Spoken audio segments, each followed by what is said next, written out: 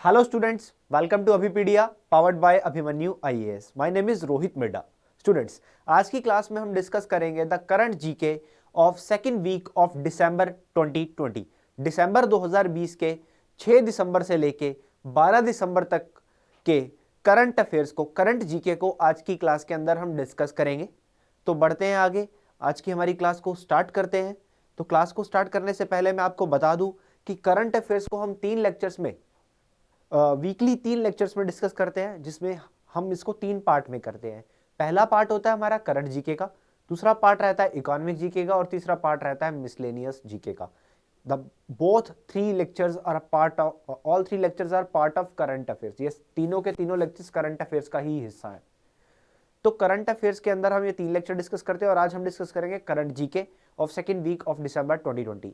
अगर आपने अभी तक हमारे चैनल को सब्सक्राइब नहीं किया तो पहले तो सब्सक्राइब कर दो और बेल आइकन दबा दो, ताकि आपको क्लासेस के सारे नोटिफिकेशंस टाइमली मिलते रहे। चलिए क्लास की तरफ बढ़ते हैं, क्लास को स्टार्ट करते हैं। Current affairs current GK of second week of December 2020। चलिए, सबसे पहले माउंट एवरेस्ट। माउंट एवरेस्ट, तो माउंट एवरेस्ट का जो हाइट है, उसकी जो ऊंचाई है, उसको 0.86 मीटर 0.86 मीटर तक इंक्रीज डिफाइन कर दिया गया।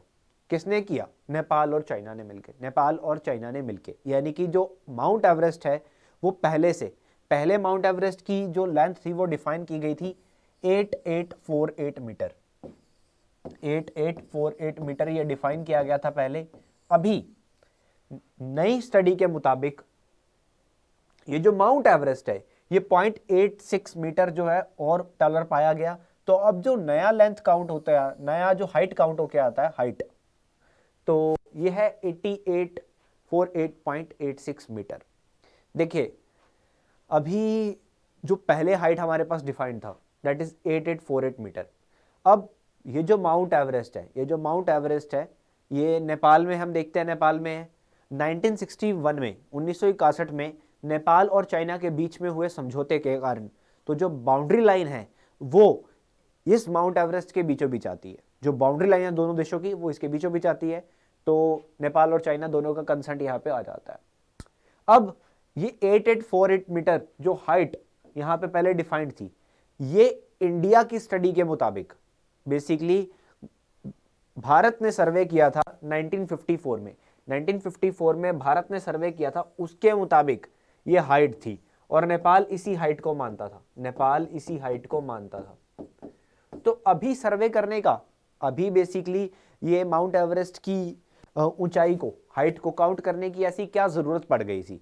तो इसमें कुछ कन्फ्लिक्शन थी। पहला कन्फ्लिक्शन तो था कि 2015 में आया था अर्थक्वेक। 2015 में नेपाल में अर्थक्वेक आया था, लगभग 9-10 हजार लोग मारे गए थे, आपने सुना होगा। तो उस अर्थक्वेक के कारण यहाँ पे जो बहुत सारे लोग मारे गए, तो अब बहुत सारे पर्सन्स का ये कहना था कि इसकी जो हाइट है माउंट एवरेस्ट की जो हाइट है, ये बेसिकली हाइट इसकी ग्रो करती है, ठीक है, हर साल about a quarter of an inch, ठीक है। The every year the Everest grows by about a quarter of an inch, ठीक है, ये ग्रो करता है, ये कुछ पर्सन्स का कहना है। और 2015 में आए उस अर्थक्वेक के कारण भी यहाँ पे इसको काफ़ी इफेक्ट पड़ा, ये कहा जा रहा था। तो एक कारण तो ये था 2015 का अर्थक्वेक कि अब इसको दोबारा से रिकंसिडर, हाइट को दोबारा मापा जाना चाहिए। दूसरा कारण था चाइना और नेपाल के बीच में ये वेरिएशन, क्योंकि यहाँ पर हाइट जो थी वो हम मान रहे that is 8848 metre, but actual में चाइना क्या कहता था, चाइना इसकी हाइट के बारे में क्या कहता था? तो चाइना कहता था इसकी जो हाइट है वो है 8844.43 मीटर, यानी कि भारत ने बोला था 8848 और ये लगभग 4 मीटर कम बताता था। और चाइना नेपाल के ऊपर दबाव डालता था कि वो इसी हाइट को माने, वो इसी हाइट को एग्री करे, ये नेपाल को बोला जाता था, ठीक है, कि आप इसी हाइट को मानो। चाइना ने 2 बार पहले तक हाइट को काउंट किया है, 2 बार मेजरमेंट करी है, एक तो 1975 में, एक 2005 में। चाइना 2 बार काउंटिंग कर चुका है, 1975 में और 2005 में। ये जो चाइना की वैल्यू है ये 2005 में किए गए चाइना के सर्वे के मुताबिक है, ठीक है। तो अभी चाइना और नेपाल के बीच में ये वेरिएशन था, नेपाल कहता था 8848, चाइना कहता था 8844.43, यानी कि वेरिएशन। तो इसके कारण नेपाल ने, और चाइना नेपाल के ऊपर प्रेशर डालता था कि आप हमारी हाइट को मानो, तो इस कारण नेपाल ने यहाँ पे एक समिट टीम बनाई और मेजरमेंट करवाया गया, और ये चाइनीज़ के द्वारा भी बेसिकली चाइनीज सबमीटर्स के द्वारा भी इसको वेरीफाई किया गया। तो अभी जो हाइट हमारे पास आती है 0.86 मीटर हाई बढ़ गया, टॉलर हो गया है, तो वो एग्जैक्ट यहाँ पे हमारे सामने आती है माउंट एवरेस्ट की ऊंचाई। अब माउंट एवरेस्ट की और बात करें तो माउंट एवरेस्ट को तिब्बत भाषा में, तिब्बती लैंग्वेज में कहते हैं क्या, चोमोलुंगमा, ये इसको बोला जाता है, जिसका मतलब होता है गॉडेस ऑफ द यूनिवर्स, ठीक है। चोमोलुंगमा यहाँ पे इसको बोलते हैं तिब्बती भाषा में, और जिसका मतलब होता है गॉडेस ऑफ द यूनिवर्स। और नेपाली भाषा में हम इसको बोलते हैं सागरमथा, नेपाली भाषा में इसको बोला जाता है सागरमथा।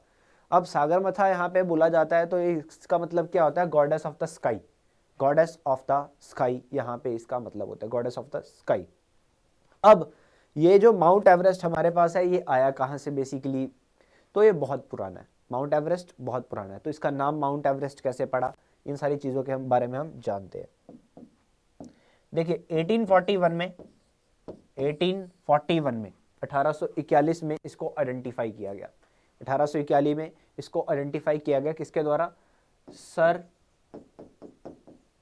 George Everest, the British surveyor, उनके द्वारा इसको यहाँ पे आइडेंटिफाई किया गया 1841 के अंदर। उसके बाद मैं बात करूँ तो 1856 में, 1856 में इसको एक नाम दिया गया, दैट इज पीक 15, यहाँ पे इसको एक नाम दिया गया पीक 15, ठीक है। 1856 में इसको एक नाम दिया गया पीक 15। उसके बाद 1865 में 1865 में इसको नाम दे दिया गया माउंट एवरेस्ट। वो माउंट एवरेस्ट यहाँ पे नाम दिया गया था सर जॉर्ज एवरेस्ट के नाम के ऊपर, after the name of sir George Everest. यहाँ पे माउंट एवरेस्ट इसको एक नाम दे दिया गया 1865 के अंदर, 1865 के अंदर ये नाम दे दिया गया। क्लियर हुआ, यहां तक समझ में आया होगा आपको। चलिए आगे देखते हैं। अब बेसिकली बहुत सारे लोग इस माउंट एवरेस्ट को सबमिट कर चुके हैं, बहुत सारे लोग इसको क्लेम कर चुके हैं, पहुंच चुके हैं यहाँ तक। तो बेसिकली कौन पहले लोग थे, मतलब वर्ल्ड वाइड भी बात करेंगे और भारतीयों की बात भी करेंगे, क्योंकि एग्जाम पॉइंट ऑफ व्यू से कुछ नाम हमें पता होना जरूरी होता है। बेसिकली माउंट एवरेस्ट पे चढ़ने की बात मैं अगर करूं, ठीक है, तो मैंने बोला जैसे चाइना और नेपाल दोनों के बीच में आता है, तिब्बत साइड से आता है। तो नेपाल तो पहले अपनी कंट्री के अंदर फॉरेनर्स को घुसने नहीं देता था, अलाउ ही नहीं करता था, ठीक है। तो ब्रिटिशर्स ने यहाँ पे क्या किया, पहली कोशिश यहाँ पे तिब्बत साइड से करी थी 1921 में, बट वो सफल नहीं हो पाई। 1921 में पहली बार ब्रिटिशर्स ने यहाँ पे कोशिश करी थी तिब्बत साइड से, दैट इज नॉर्थ साइड से यहाँ पे चढ़ने की, बट वो सक्सेसफुल नहीं हो पाए। और उसके बाद साउथ साइड यानी कि नेपाल वाला साइड, नेपाल वाली साइड से 1953 में, दैट इज 29 मई 1953 को एक न्यूजीलैंड के रहने वाले एक पर्सन सर एडमंड हिलरी, ये पहले पर्सन थे along with the Tenzing Norgay, that is from Nepal. ये शेरपा थे, तो शेरपा पीपल नेपाल में पाए जाते हैं, तो ये शेरपा थे नेपाल से, टेंजिंग नॉर्गे। इन दोनों ने 1953 में माउंट एवरेस्ट को सबमिट किया और ये पहले पर्सन बने, माउंट एवरेस्ट को क्लेम किया और ये पहले पर्सन बने, that is to submit the mount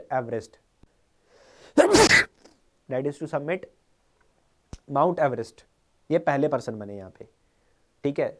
तो sir Edmund Hillary, that is from the New Zealand, and Tenzing Norgay, that is from the Nepal. तो ये पहले पर्सन थे, ये पहले पर्सन यहाँ पे थे। कहाँ से, साउथ साइड से, नेपाल वाली साइड से। और अगर मैं नॉर्थ साइड से बात करूं, यानी कि तिब्बत वाली साइड से पहला पर्सन कौन था, तो तिब्बत वाली साइड से पहला पर्सन चढ़ा था 1960 में, इनका नाम था नवांग गोम्बू। नेवेंग गोम्बू, ठीक है, नेवेंग गोम्बू। तो ये यहाँ पे तिब्बत वाली साइड से, और हमने दोनों साइड से देख लिया, दोनों साइड से पहला पहला पर्सन हमने देख लिया। उसके बाद देखे तो यंगेस्ट पर्सन, आज तक का यंगेस्ट पर्सन जिसने माउंट एवरेस्ट पे चढ़ा है वो है जॉर्डन रोमेरो, जॉर्डन रोमेरो, जॉर्डन रोमेरो, जॉर्डन रोमेरो। ये यंगेस्ट पर्सन है और यंगेस्ट मेल भी है, यंगेस्ट मेल भी है, ठीक है, माउंट एवरेस्ट पे चढ़ने वाले। और ओल्डेस्ट पर्सन की अगर मैं बात करूं, और ओल्डेस्ट मेल की भी अगर मैं बात करूं, तो that is Japanese Miura Yuichiro, Miura Yuichiro, Miura Yuichiro, ठीक है। उसके बाद मैं बात करूं पहला ऐसा क्लिम्बर जो कि विदाउट द बॉटल्ड ऑक्सीजन, बिना बॉटल की ऑक्सीजन की बॉटल लिए यहाँ पे जो चढ़ गए पहले क्लिम्बर, तो इनका नाम जो था वो था रीनहोल्ड मैसनर, रीनहोल्ड मैसनर और पीटर हैबलर, पीटर हैबलर। 1978 में ये दोनों माउंट एवरेस्ट को क्लिम करके आए थे।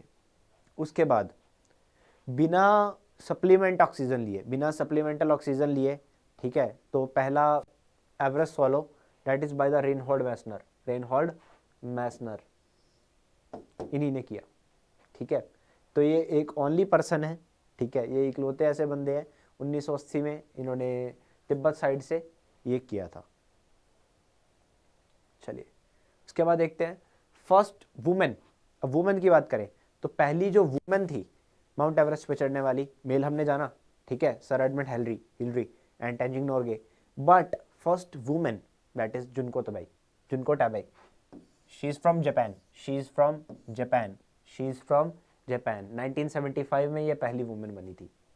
उसके बाद ओल्डेस्ट वुमेन की अगर मैं बात करूं तो ओल्डेस्ट वुमेन भी जापानीज है, इनका नाम है तमाई वेटेनबे, तमाई वेटेनबे। इन्होंने 2012 में सबमिट किया था। She is 73 year old, 73 year old. उसके बाद यंगेस्ट वुमेन, तो ये खिताब है भारत के नाम पे, ये खिताब है भारत के नाम पे। इनका नाम है मलावत पूर्णा, इनका नाम है मलावत पूर्णा। 2014 में इन्होंने सबमिट करी थी, 2014 में इन्होंने सबमिट करी थी, और ये यंगेस्ट वुमेन है, वर्ल्ड वाइड यंगेस्ट वुमेन है माउंट एवरेस्ट को क्लेम करने वाली, और ये भारतीय है, मलावत पूर्णा, मलावत पूर्णा। अब भारतीय लोगों की बात भी करते हैं। तो 20 मई 1965 को, 20 मई 1965 को लेफ्टिनेंट कर्नल अवतार सिंह चीमा साहब, अवतार सिंह चीमा साहब ये पहले भारतीय बने थे जिन्होंने माउंट एवरेस्ट को क्लेम किया, ठीक है, 1965 में अवतार सिंह चीमा। उसके बाद 1984 में 1984 में बिछेंद्री पाल, बिछेंद्री पाल ये पहली महिला बनी थी, ये पहली महिला बनी थी, भारतीय महिला, सॉरी इंडियन वुमेन, जिन्होंने माउंट एवरेस्ट को क्लेम किया।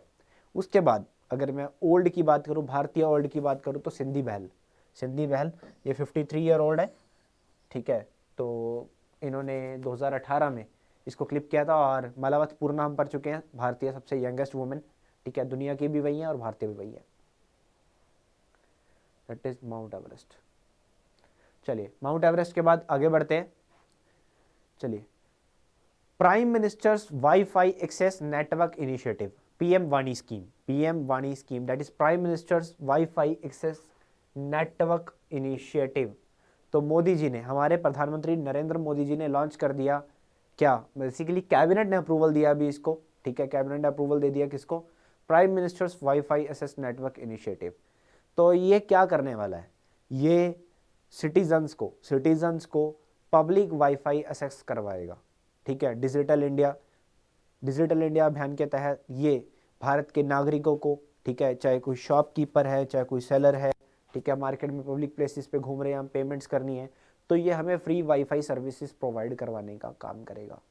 और इसके साथ साथ ईज़ ऑफ डूइंग बिजनेस को बढ़ाया जाएगा, ईज़ ऑफ लिविंग बढ़ेगा, ठीक है, हम कहीं भी जाके पब्लिक इंटरनेट को एक्सेस कर सकते हैं, ठीक है, कुछ भी बिजनेस प्लेसेस पे जाके हम इसको एक्सेस कर सकते हैं। ईज़ ऑफ डूइंग बिजनेस हम बोल सकते हैं, शॉप में जा रहा हूँ, ठीक है, मार्केट में कुछ खरीद रहा हूँ, मेरे पास इंटरनेट नहीं है बट मुझे ऑनलाइन पेमेंट करनी है, तो मैं पब्लिक वाईफाई एक्सेस कर सकता हूँ, ठीक है। तो इससे काफ़ी सारे यहाँ पे इंटरनेट कनेक्टिविटी को इम्प्रूव किया जा सकता है। तो यूथ को इंडल्स किया जाएगा, ठीक है, तो यहाँ पे गवर्नमेंट इनकम को भी इंक्रीज़ करेगा और कैशलेस इकोनॉमी की तरफ भी इसको बूस्ट अप करेगा ये वाईफाई एसेस नेटवर्क इनिशिएटिव। तो ये कैसे काम करेगा देखते हैं फर्दर। तो सबसे पहले तो कौन कौन सी बॉडीज़ इसको ऑपरेट करने वाली है, तो सबसे पहले तो है public data office. Public data office, एक पब्लिक डाटा ऑफिस क्रिएट किया जाएगा। ये पब्लिक डाटा ऑफिस क्या करेगा, ये इस इन वाईफाईज को इन बेसिकली वानी, ठीक है हमने बोला, तो इन वाईफाई एसेस वाईफाई नेटवर्क्स को ये एस्टेब्लिश करेगा और इन्हीं को मेंटेनेंस भी यही करेगा और ऑपरेट भी यही करेगा। ठीक है, तो ये वाईफाई पॉइंट्स लगाएगा जगह जगह पर कि कहाँ पे लगाना है और उसको वहाँ पे सर्विस पहुँचाएगा। और वह सर्विस बेसिकली जहाँ पे मार्केट्स हैं, ठीक है, टी शॉप्स होगी, किराना शॉप्स होगी, कोई भी इंडिविजुअल्स और ऑर्गेनाइजेशंस हैं जहाँ पे लोग ज़्यादा होते हैं, उन बॉडीज़ पे, उन प्लेसेस पे यहाँ पे ये लगाएगा wifi points, wifi access points, तो वानी। ठीक है, तो पब्लिक डाटा ऑफिस यहाँ पे काम करेंगे। उसके बाद पब्लिक डाटा ऑफिस की ऑथराइजेशन और अकाउंटिंग के लिए, ठीक है, पब्लिक डाटा ऑफिस की अकाउंटिंग और ऑथराइजेशन के लिए public data office aggregator appoint किए जाएंगे। Public data office aggregator appoint किए जाएंगे, तो इसको बनाया जाएगा। उसके बाद एक ऐप प्रोवाइडर होगा, एक ऐप प्रोवाइडर होगा जो यहाँ पे काम करेगा। ठीक है, यूज़र्स को रजिस्टर करवाने के लिए, ठीक है, एक ऐप क्रिएट की जाएगी, एक एप्लीकेशन बना दी जाएगी जिसके थ्रू रजिस्टर करके आप इस वानी वाईफाई एसेस पॉइंट्स को कर सकते हो यूज़। ठीक है, एक एप्लीकेशन के थ्रू, तो एक एप्लीकेशन यहाँ पे बनाया जाएगा, एक ऐप प्रोवाइडर। उसके बाद एक सेंट्रल रजिस्ट्री, एक सेंट्रल रजिस्ट्री बनाई जाएगी कि जहाँ जहाँ पे भी ये वाईफाई नेटवर्क्स लगाए गए हैं, ठीक है, यानी कि पीडीओ का डाटा, पीडीओए का डाटा, यानी कि पब्लिक डाटा ऑफिस एग्रीगेटर का डाटा, ऐप प्रोवाइडर का डाटा, ये सारा डाटा का जो मेंटेनेंस होगा वो करेगा सेंट्रल रजिस्ट्री, वो करेगा सेंट्रल रजिस्ट्री। ठीक है, वो करेगा सेंट्रल रजिस्ट्री। उसके बाद पब्लिक डाटा ऑफिस के लिए क्या कोई फीस और रजिस्ट्रेशन करना पड़ेगा? नहीं, कोई फीस नहीं देनी है, कोई रजिस्ट्रेशन नहीं है, कोई लाइसेंस नहीं चाहिए, कोई लाइसेंस नहीं लेना है। ठीक है, उसके बाद देखिए पीडीओ के लिए तो कोई रजिस्ट्रेशन नहीं चाहिए, बट जो पब्लिक डाटा ऑफिस एग्रीगेटर्स हैं, ठीक है, और जो ऐप प्रोवाइडर्स होंगे, इनको खुद को रजिस्टर करवाना पड़ेगा। ठीक है, इनको खुद को रजिस्टर करवाना पड़ेगा डिपार्टमेंट ऑफ टेलीकॉम पे। ठीक है, डिपार्टमेंट ऑफ टेलीकॉम पे इनको खुद को रजिस्टर करवाना पड़ेगा, इस लिंक के थ्रू, इस वेबसाइट पे इनको खुद को लिंक करवाना पड़ेगा। बट कोई भी चार्जेस नहीं है, ये भी फ्री है, ये भी फ्री है। ठीक है, जब भी आप अप्लाई करोगे, जब भी ये अप्लाई करेंगे, 7 दिनों के अंदर अंदर यहाँ पे इनको अप्रूवल दे दिया जाएगा। चलिए नेक्स्ट देखते हैं बांग्लादेश। बांग्लादेश ने maiden preferential trade agreement, PDA agreement बोलते हैं इसको, साइन किया है भूटान के साथ। भूटान के साथ देखिए 1971 में हुए लड़ाई में, 1971 की उस वॉर में बांग्लादेश जब क्रिएट हुआ, बांग्लादेश जब बना, ठीक है, बांग्लादेश जब बना तो वो बांग्लादेश एक आज़ाद देश है, ठीक है, एक इंडिपेंडेंट कंट्री है। उसको मानने वाला, उसको एक्सेप्ट करने वाला भूटान पहला देश था। भूटान पहला देश था जिसने एक्सेप्ट किया था कि बांग्लादेश एक आज़ाद मुल्क बन चुका है। तो इसी के चलते हुए दोनों देश अपनी मित्रता को आगे बढ़ा रहे हैं, दोनों देश अपनी फ्रेंडशिप को आगे बढ़ा रहे हैं और दोनों ने पीटीए एग्रीमेंट को साइन किया है। पीटीए एग्रीमेंट क्या होगा कि दोनों कंट्रीज़ एक दूसरे कंट्रीज़ के प्रोडक्ट्स को, ठीक है, ड्यूटी फ्री देंगे, मतलब उन पर टैक्स नहीं लगाएंगे, उन पर टैक्स नहीं लगाएंगे। तो बांग्लादेश की सरकार यहाँ पे भूटान के 100 प्रोडक्ट्स को, ठीक है, तो 100 बांग्लादेशी प्रोडक्ट्स जो होंगे अब वो भूटान में जाके बिक सकते हैं, मतलब बिना टैक्स के, भूटान की सरकार उनसे टैक्स नहीं लगी। और उसी तरह से भूटान के 34 प्रोडक्ट बांग्लादेश में जा सकते हैं बिना ड्यूटी फ्री, बिना ड्यूटी के, ठीक है, बिना ड्यूटी फीस पे किए। और इसके अलावा और आइटम्स भी धीरे धीरे ऐड ऑन कर दी जाएगी। ये कहना है दोनों कंट्रीज़ का कि ये फर्दर भी इसको कॉपरेशन आगे बढ़ाएंगे।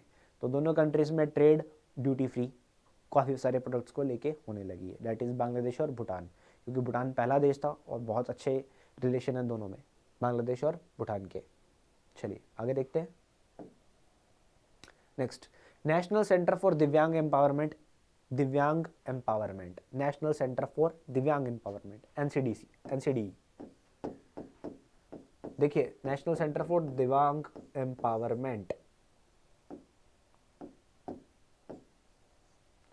ठीक है, तो दिव्यांग एम्पावरमेंट की अगर मैं बात करूं, हमारे जो आर्मी पर्सोनल्स होते हैं, मिलिट्री, एयरफोर्स, जो भी हमारे डिफेंस पर्सोनल्स होते हैं, लड़ाई में या किसी कारणों से जब वो दिव्यांग बन जाते हैं, मतलब फिजिकली हैंडीकैप्ड या चैलेंज बन जाते हैं, तो फर्दर उनसे काम लेने के लिए, फर्दर उनको उनके हौसले को बूस्ट अप करने के लिए, ठीक है, जो भी हमारे सेंट्रल आर्म्ड पुलिस फोर्सेस के पर्सोनल्स होते हैं, ठीक है, तो जिनको ऐसी इंजरीज हो जाती हैं जो कभी रिकवर नहीं हो पाती, तो उनको फर्दर प्लेटफॉर्म पे लेके आने के लिए यहाँ पे एक प्लेस ऑर्गेनाइज किया गया, इनोग्रेट किया गया, that is national centre for दिव्यांग एम्पावरमेंट।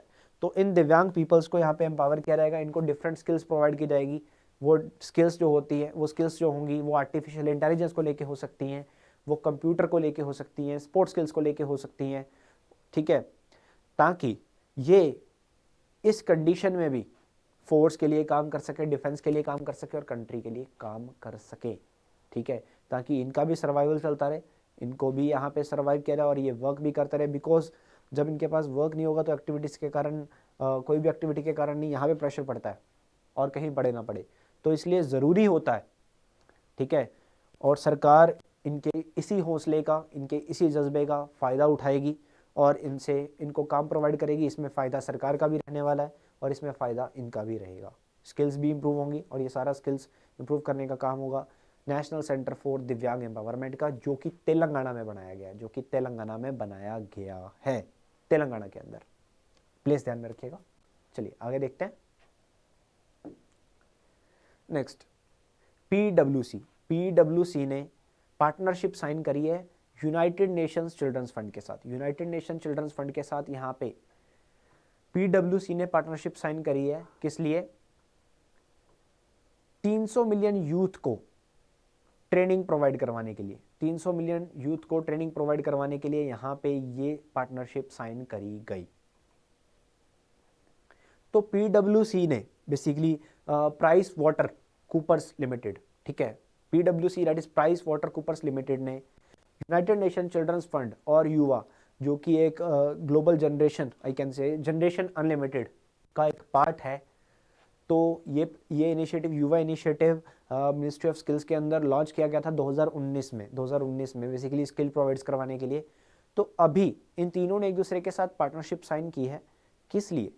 जनरेशन अनलिमिटेड ने यूनिसेफ और प्राइस वाटर कूपर्स लिमिटेड के साथ मिलकर ये एग्रीमेंट साइन किया है, भारत के अंदर 10 साल में 300 मिलियन यूथ को स्किल्स प्रोवाइड की जाएंगी, 300 मिलियन यूथ को स्किल्स प्रोवाइड की जाएंगी। इसके लिए यहाँ पे ये पार्टनरशिप साइन की गई है, ठीक है। तो डिफरेंट फील्ड्स में यहाँ पे स्किल्स प्रोवाइड करवाने के लिए लोगों को एजुकेशन प्रोवाइड करवाना, स्किल्स प्रोवाइड करवाना और एंटरप्रेन्योरशिप की तरफ लेके जाना, ताकि जॉब और प्रोड्यूस की जा सके, ठीक है। आज भारत का एक लैक है, भारत के स्कूल में जो भी बच्चा पढ़ता है उससे पूछो तो वो कहता है कि मुझे नौकरी करनी है, हर कोई कहता है कि मुझे जॉब करना है, कोई भी एंटरप्रेन्योर बनना नहीं चाहता, कोई भी बिजनेस करना नहीं चाहता। तो जब तक एंटरप्रेन्योर्स नहीं प्रोड्यूस होंगे तब तक जॉब्स कहाँ से प्रोड्यूस होंगी? तो नई जॉब्स को प्रोड्यूस करने के लिए एक एंटरप्रेन्योर माइंड बहुत ज़रूरी है। तो इसीलिए अब भारत के अंदर ऐसी स्किल्स प्रोड्यूस की जाए बच्चों के अंदर और ऐसी एजुकेशन प्रोवाइड की जाए जो बच्चों को जॉब कर नहीं, जॉब प्रोवाइडर बनाए, जॉब प्रोवाइडर बनाए।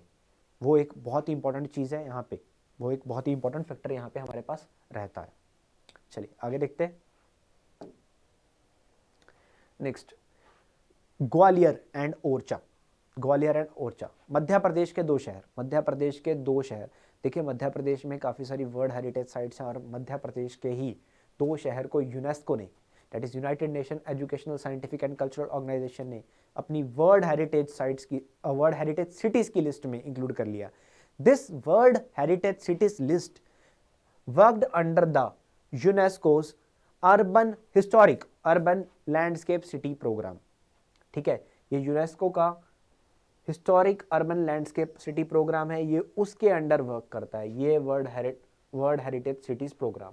यूनेस्को ने एक प्रोग्राम चलाया हुआ है, that is world heritage cities programme, that worked under the HUL, I can say, इसको शॉर्ट में हम HUL बोलते हैं, that is historic urban landscape. तो historic urban landscape city programme project के अंदर ये वर्ल्ड सिटीज़ लिस्ट काम करती है, वर्ल्ड सिटीज़ प्रोग्राम काम करता है। तो ग्वालियर और ओरछा को यहाँ पे इंक्लूड कर लिया गया। अब क्या होता है ये वर्ल्ड हेरिटेज सिटी प्रोग्राम? और क्यों इंक्लूड किया गया, क्या बेनिफिट होने वाला है उसकी बात हम करते हैं, क्या इससे मिलने वाला है। देखिए बेसिकली ये जो वर्ल्ड हेरिटेज सिटी प्रोग्राम है, ये जो वर्ल्ड हेरिटेज सिटी प्रोग्राम है, ये शहरों का बेसिकली जो सिटीज़ हमारे पास है उनके अर्बन हेरिटेज को प्रोटेक्ट करने के लिए, ठीक है, उनके अर्बन हेरिटेज को प्रोटेक्ट करने के लिए और बरकरार रखने के लिए, मैनेज रखने के लिए चलाया गया, ठीक है। जो हमारी सिटीज़ है, जो हमारे शहर है, ऐसे शहर जिनका कुछ हिस्टोरिकल रिप्रेजेंटेशंस है, ठीक है, तो उनको बचाए रखने के लिए यहाँ पे यूनेस्को ने एक प्रोग्राम चलाया, that is world heritage city programme. World heritage cities programme UNESCO ने चलाया हुआ है, ठीक है। ये जो बेसिकली हमारा जो वर्ल्ड हेरिटेज सिटी प्रोग्राम है, ये क्या करता है, ठीक है, ये दो तरीके से काम करता है। ये क्या करेगा, अर्बन हेरिटेज कंजर्वेशन को बढ़ाएगा, हेरिटेज कंजर्वेशन को इम्प्रूव करेगा, उसको डेवलप करेगा, उसकी रक्षा करेगा, सुरक्षा करेगा।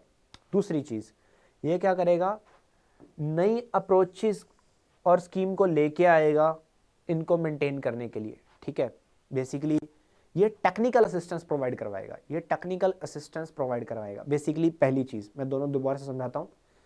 अब ये अर्बन हेरिटेज को मेंटेन करने का काम करेगा। इसके चलते हुए क्या होगा, यूनेस्को की जो टीम्स है, ठीक है, इंटरनेशनल जो पर्सन्स हैं, यूनेस्को की जो टीम्स हैं, वो यहाँ पे इन सिटीज़ को असेस करेंगे, इन सिटीज़ में जाएंगे और प्लानिंग करेंगे, ठीक है। एक फ्रेमवर्क प्रिपेयर करके देंगे इनको, एक फ्रेमवर्क, ठीक है, एक थ्योरेटिकल फ्रेमवर्क इनको बना के देंगे कि आपको इस अर्बन हेरिटेज कंजर्वेशन को बचाने के लिए आपको ऐसे ऐसे काम करना है, ठीक है, आपको ऐसे ऐसे काम करना है। और दूसरी चीज़ जो होगी, वही पर्सन, वैसे ही इंटरनेशनल पर्सन्स, ठीक है, यूनेस्को की टीम्स, वर्ल्ड हेरिटेज टीम्स यहाँ पे टेक्निकल असिस्टेंस भी प्रोवाइड करवाएंगी, ताकि जो अब भारत के हमारे लोग तो काम करेंगे ही करेंगे, ठीक है, उनको एक्स्ट्रा असिस्टेंस, टेक्निकल असिस्टेंस जो इंटरनेशनल लेवल पे भी प्रोवाइड की जाएगी, ताकि और बेटर वे में हम इनको कंजर्व कर सके, ठीक है। तो नई अप्रोचेस और नई स्कीम्स के साथ टेक्निकल असिस्टेंस प्रोवाइड करवाते हुए यहाँ पर अर्बन हेरिटेज को प्रोटेक्ट करने के लिए ये वर्ल्ड हेरिटेज सिटी प्रोग्राम चलाया गया था, वर्ल्ड हेरिटेज सिटी प्रोग्राम। अब कब चलाया गया, तो 2005 में वर्ल्ड हेरिटेज कमेटी का 29th सेशन चल रहा था, 29th सेशन चल रहा था, कहाँ पे, साउथ अफ्रीका के अंदर, डरबन साउथ अफ्रीका में चल रहा था। तो उसी के दौरान यहाँ पे एक रिक्वेस्ट सबमिट किया गया, किस लिए, कि सोशियो इकोनॉमिक डेवलपमेंट के लिए स्ट्रेटेजी प्रिपेयर करने के लिए, ठीक है, अर्बन हेरिटेज कंजर्वेशन को आगे बढ़ाने के लिए, सोशियो इकोनॉमिक डेवलपमेंट की तरफ लेके जाने के लिए यहाँ पे एक वर्ल्ड हेरिटेज सिटीज़ प्रोग्राम की ज़रूरत है। तो इसी के चलते हुए 2011 में इस प्रोग्राम को स्टार्ट किया गया, 2011 में इस प्रोग्राम को स्टार्ट किया गया, किस लिए, ताकि सोशियो इकोनॉमिक डेवलपमेंट को लाया जा सके। बेसिकली सोशियो इकोनॉमिक डेवलपमेंट कहने का मतलब यहाँ पे ये है कि जो चीज़ें वो अर्बन डेवलपमेंट कुछ इस तरह से करी जाए, अर्बन हेरिटेज कंजर्वेशन कुछ इस तरह से किया जाए, जो आज की जनरेशन है, ठीक है, पुरानी जनरेशन को ना देखा जाए, पुराने टाइम पे ना देखा जाए, आज की जनरेशन को, फ्यूचर को ध्यान में रखते हुए वहाँ पे आई कैन से एम्प्लॉयमेंट अपॉर्चुनिटीज़, ठीक है, बिजनेस अपॉर्चुनिटीज़ भी प्रोड्यूस हों। तो इस तरह से सोशियो इकोनॉमिक डेवलपमेंट को ध्यान में रखते हुए इन शहरों का जो शहरीकरण किया जाए, ठीक है, इन अर्बन सिटीज़ को आगे बढ़ाया जाए। क्योंकि यहाँ पे हमने दो सिटीज़ की बात की, जैसे हमने ग्वालियर की बात की। अब भारत सरकार ने एक स्मार्ट सिटी प्रोजेक्ट चलाया हुआ है, ग्वालियर उसका हिस्सा है, Gwalior is a part of smart city project, ठीक है, ग्वालियर जो है वो स्मार्ट सिटी प्रोजेक्ट का हिस्सा भी है। तो उसी के चलते हुए ग्वालियर को फर्दर अच्छे वे में बनाने के लिए, अच्छे वे में डेवलप करने के लिए, ताकि वो एक ऐसे मॉडल में ना बने कि जो यहाँ के मॉन्यूमेंट्स एंड बिल्डिंग्स हैं उनको तो हम कंजर्व कर लें, उनको तो हम बना लें, दोबारा से उनको मेंटेन कर लें, बट किसी भी तरह का इकोनॉमिक डेवलपमेंट ना हो पाए, ऐसी चीज़ नहीं। इकोनॉमिक डेवलपमेंट भी ज़रूरी है, ये वर्ल्ड हेरिटेज कमेटी का टारगेट है, ये वर्ल्ड हेरिटेज कमेटी का टारगेट है, that is under the historic urban landscape city programme, ठीक है। तो उसके अंदर यहाँ पे सोशो इकोनॉमिक डेवलपमेंट करना पड़ेगा। अब दो सिटीज़ को ऐड ऑन किया गया है, हमने देखा, that is Gwalior and Orchha. इससे पहले 2015 में भी हिस्टोरिक अर्बन लैंडस्केप प्रोजेक्ट के अंदर वाराणसी को, अजमेर, पुष्कर को, हैदराबाद को इंक्लूड किया गया था पायलट बेसिस पे इन शहरों को इम्प्रूव करने के लिए, ठीक है, इन शहरों को इम्प्रूव करने के लिए। अभी क्या होगा, अभी जो हमारा ग्वालियर और ओरछा है, ठीक है, इसके लिए क्या होगा, ग्वालियर एंड ओरछा के लिए 2021 में यूनेस्को के जो पर्सनल्स हैं, यूनेस्को की जो टीम है वो भारत आएगी, यूनेस्को की टीम भारत आएगी और यहाँ पे वर्क करेगी, असेस करेगी, चीज़ों को रिव्यू करेगी किस तरह से यहाँ पे प्लान किया जा सकता है, और उनको एक थ्योरेटिकल फ्रेमवर्क बना के देगी, एक थ्योरेटिकल फ्रेमवर्क बना के देगी कि आपको ऐसे ऐसे काम करना है, ऐसे ऐसे आपको वर्क करना है, तो ये बना के देगी यूनेस्को की टीम 2021 में।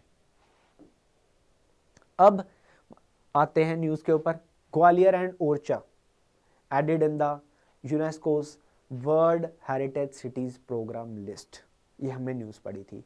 अब ये मध्य प्रदेश का मैप है, तो मध्य प्रदेश में 2 सिटीज़, तो ग्वालियर की बात करूँ तो ये रहा ग्वालियर, नॉर्थ में पड़ता है, ये रहा ग्वालियर, ये है ग्वालियर, ठीक है, दिस इज ग्वालियर, ये है ग्वालियर, ठीक है। और ओरछा कहाँ पे है, ये रहा ओरछा, दिस इज ओरछा, ये है ओरछा, ठीक है, ये है ओरछा। तो ओरछा और ग्वालियर, इन 2 शहरों को यहाँ पे इंक्लूड कर लिया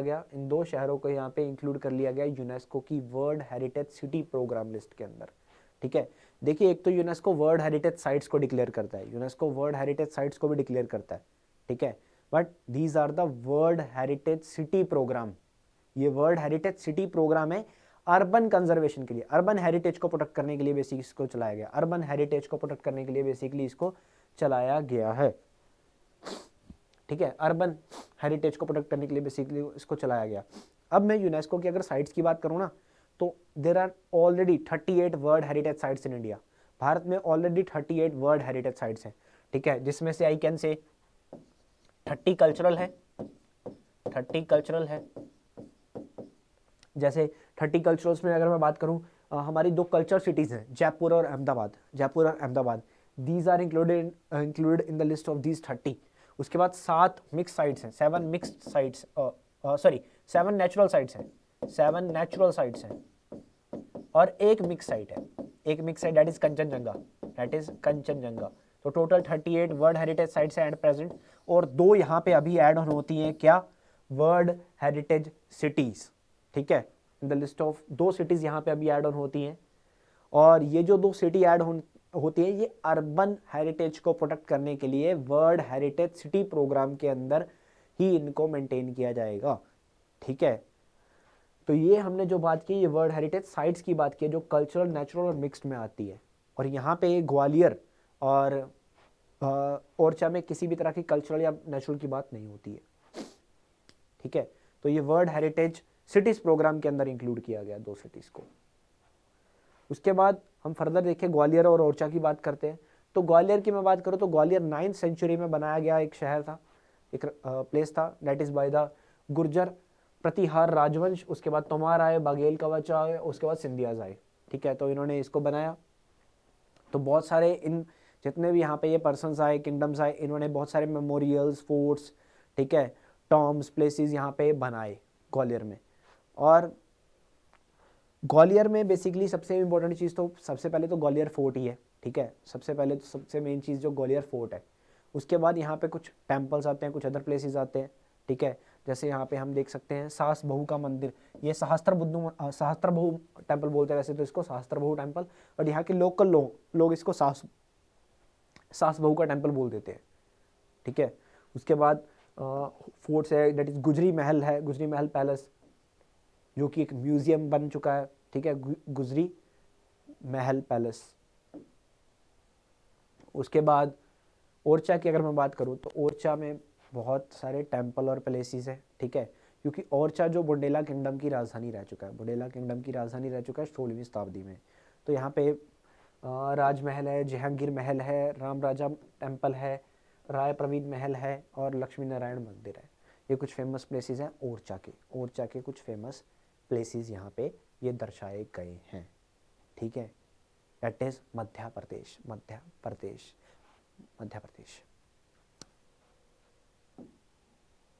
नेक्स्ट, एनटीपीसी ने एक मेमोरेंडम ऑफ अंडरस्टैंडिंग साइन किया है Indian institute of forest management के साथ। Indian institute of forest management जो कि भोपाल के अंदर स्थित है। अब Indian institute of forest management Bhopal के साथ एनटीपीसी ने ये जो एमओयू साइन किया है, ये क्या करेगा, ये नर्मदा लैंडस्केप रिस्टोरेशन प्रोजेक्ट के लिए काम करने वाला है। ठीक है, बेसिकली जो Indian institute of forest management Bhopal है, ये यहाँ पे ग्लोबल ग्रीन, ठीक है, ग्लोबल ग्रीन ग्रोथ इनिशिएटिव जो कि साउथ कोरिया, ठीक है, साउथ कोरिया का एक इनिशिएटिव है, उसके साथ मिलके Indian institute of forest management यहाँ पे काम करेगा। ठीक है, नर्मदा लैंडस्केप रिस्टोरेशन प्रोजेक्ट के लिए, नर्मदा लैंडस्केप रिस्टोरेशन प्रोजेक्ट के लिए। ठीक है, ये वर्क करेंगे।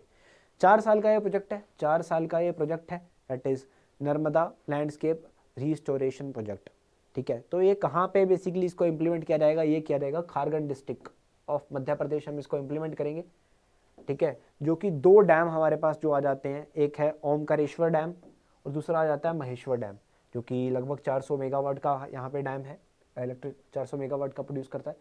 तो नर्मदा रिवर के ऊपर बने हुए ये 2 डैम्स, इनके बीच में ये नर्मदा लैंडस्केप रिस्टोरेशन प्रोजेक्ट बनाया जाएगा। ठीक है, नर्मदा लैंडस्केप रिस्टोरेशन प्रोजेक्ट। तो ये नर्मदा और उसकी जो ट्रिब्यूटरीज है, उन दोनों को रिस्टोरेशन, उन सब का रिस्टोरेशन करने के लिए, उसको बचाए रखने के लिए, यहाँ पे उनकी वाटर क्वालिटी को इम्प्रूव करने के लिए यहाँ पे इस प्रोजेक्ट को चलाया जाएगा। चलिए आगे देखते हैं। चाइना दूसरा देश बना दुनिया भर में जिसने मून के ऊपर, चांद के ऊपर अपना झंडा फहराया। देखिए, यूनाइटेड स्टेट्स ऑफ अमेरिका ने 1969 में अपना एक अपोलो मिशन भेजा था। ठीक है, यूएस ने 1969 में अपना एक अपोलो मिशन भेजा था चांद के ऊपर। ठीक है, चांद के ऊपर। तो तब उस मिशन ने यहाँ पे अपना फ्लैग लहराया था, और यूएस आज तक सिर्फ इकलौता ऐसा देश था जिसने अपना झंडा फहराया था चांद के ऊपर। अब उसके बाद चाइना नवंबर के लास्ट वीक में क्या करता है, चाइना ने अपना एक प्रोब भेजा जो लूनर एरिया है, ठीक है, लूनर सरफेस से सैंपल कलेक्ट करने के लिए, मिट्टी और सॉइल और रॉक के सैंपल्स को कलेक्ट करने के लिए चाइना ने अपना एक प्रोब भेजा था, दैट इज चैंगे 5। इसके बारे में हमने पढ़ा है अपने पहले भी, चैंगे 5 प्रोब। ठीक है, प्रीवियस क्लासेस में हम पढ़ चुके हैं कि चाइना ने ऐसा मिशन भेजा है लूनर सरफेस के लिए। अब जब ये सैंपल्स कलेक्ट करके वापस आ रहा था, तो इसने क्या किया, इसने आते वक्त मून के ऊपर लगा दिया अपना झंडा। चाइना ने लगा दिया मून पर अपना झंडा, और इस तरह से चाइना दूसरा देश बन गया। ठीक है, चाइना दुनिया का दूसरा देश बन गया मून के ऊपर अपना झंडा लहराने वाला। अब ये सैंपल लेके आ रहा है, सैंपल किसके, रॉक और सॉइल के। अब अगर ये सक्सेसफुली वापस आ जाता है, ठीक है, अब ये वापस आ रहा है, तो जब ये वापस आ चुका है, ठीक है, अब ये वापस आ चुका है, तो चाइना इस टर्म में तीसरा देश बन जाता है। चाइना इस टर्म से तीसरा देश बन जाता है।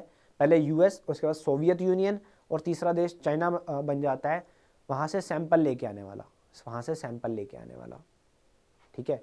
तो ये थोड़ा सा, ये रिटर्न जर्नी सक्सेसफुल, तो चाइना तीसरा देश बन चुका है।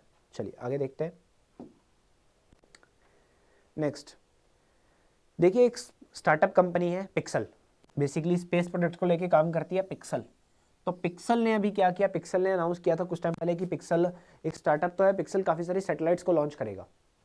ठीक है, ये पिक्सल ने बोला था। तो पिक्सल ने अभी इंडियन स्पेस रिसर्च ऑर्गेनाइजेशन के साथ एक एग्रीमेंट साइन किया है कि ये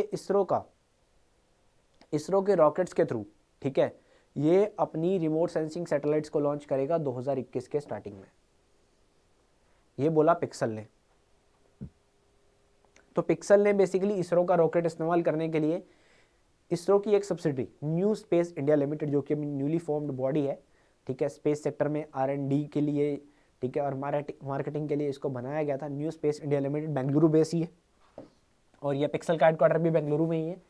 तो इसने अभी न्यू स्पेस इंडिया लिमिटेड के साथ और गवर्नमेंट ऑफ इंडिया के साथ एक एग्रीमेंट साइन किया पिक्सल ने कि ये पिक्सल इसरो के रॉकेट का इस्तेमाल करके अपनी सैटेलाइट्स को लॉन्च करेगा।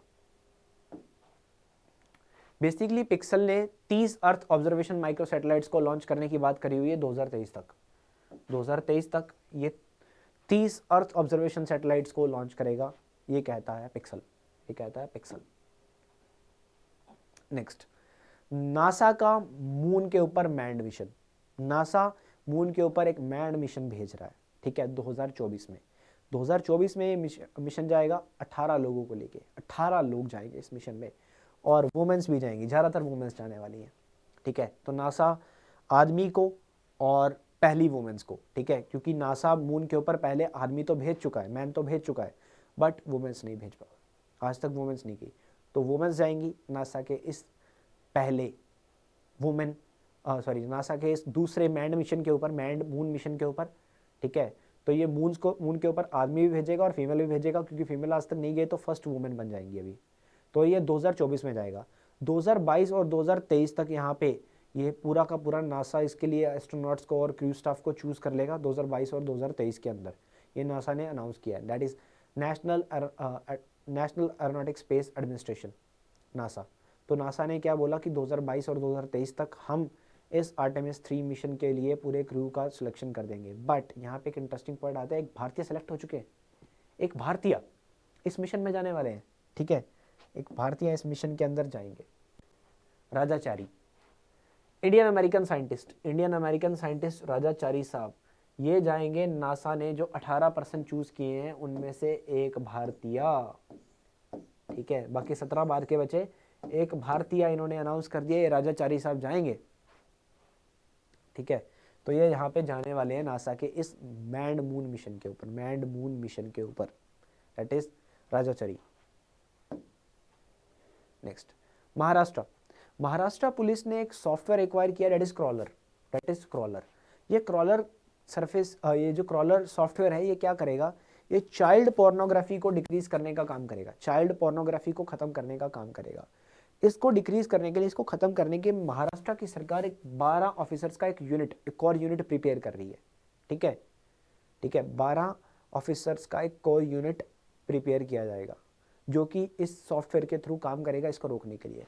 अब इन 12 ऑफिसर्स के इस यूनिट को सबसे पहले तो इंटरपोल में भेजा जाएगा, दैट इज इंटरपोल हमारा जो इंटेलिजेंस डिपार्टमेंट है, ठीक है, तो इंटरपोल के पास इसको भेजा जाएगा ट्रेनिंग के लिए। और ये जो 12% का एक यूनिट, कोर यूनिट बनाया गया, इसको नाम दिया गया ट्रेस, इस कोर यूनिट को नाम दिया गया ट्रेस। 12% का यूनिट है, इसको नाम दिया गया ट्रेस। अब ये जो ट्रेस है, ट्रेस का फुल फॉर्म क्या है, tactical response against cyber child exploitation, tactical response against cyber child exploitation, ये है ट्रेस। तो ट्रेस को बनाया गया, 12 मेंबर्स की एक यूनिट बनाई गई यहाँ पे चाइल्ड पोर्नोग्राफी को रोकने के लिए, and that is with the help of software crawler. अब क्रॉलर की बात भी करते हैं, ये क्रॉलर क्या है, तो क्रॉलर एक सॉफ्टवेयर है जो कि इंटरपोल ने बनाया है, ठीक है।